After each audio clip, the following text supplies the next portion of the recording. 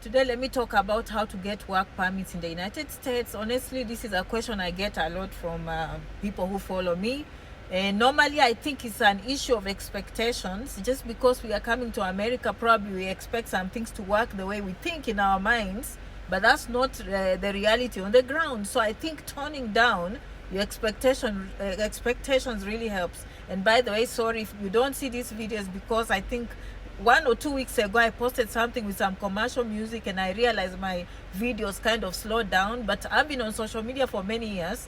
I'm just gonna ride this one out by posting more and more videos. So talking about the work permits, tone down expectations. I know we are coming to America, but there's a way. You have to understand their pathways. You can't just land here and say, well, I came on a visit visa, work permit. I came on a student visa, work permit.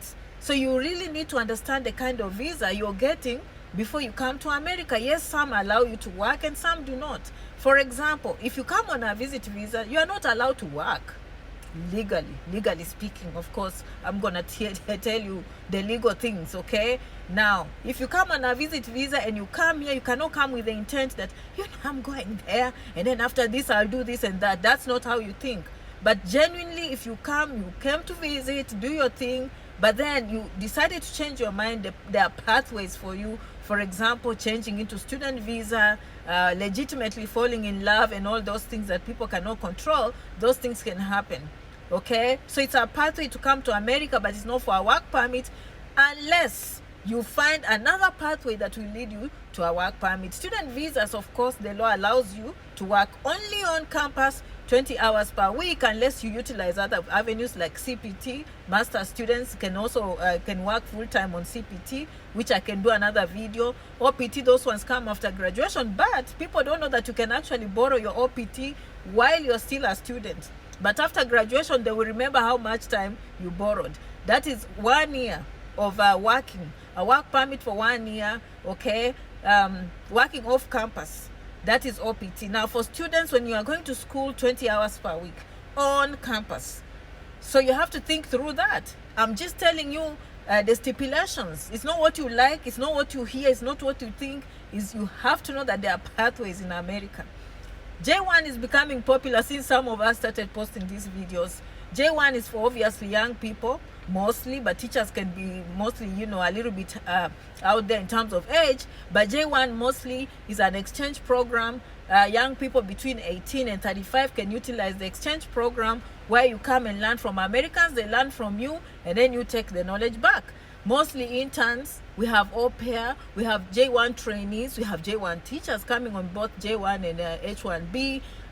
We have camp counselors, we have professors and scholars, and so on and so forth.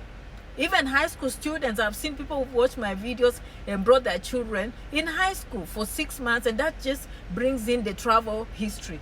J1, you can work. It's a work permit, that is true. And if you come with a J1 spouse who will come on J2, those ones, as soon as they arrive, they are allowed to ask for a work permit.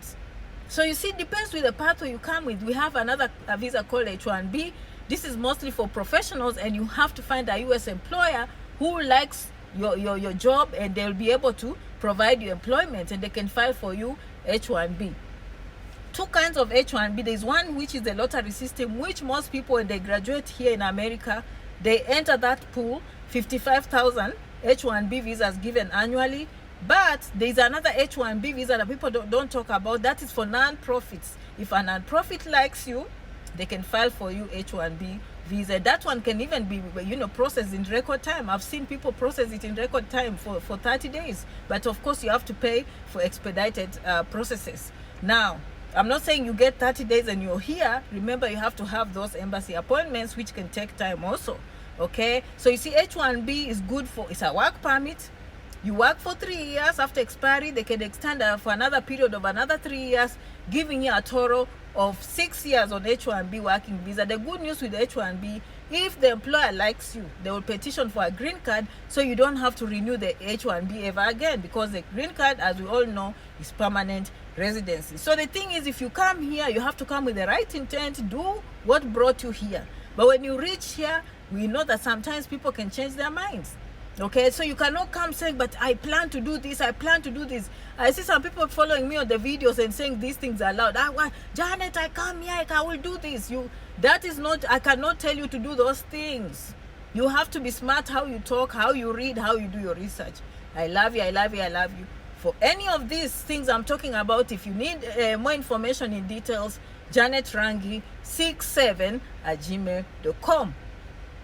janetrangi67@gmail.com. Okay, you can't work on a visit visa unless you change the pathway. Okay, all right, good luck guys.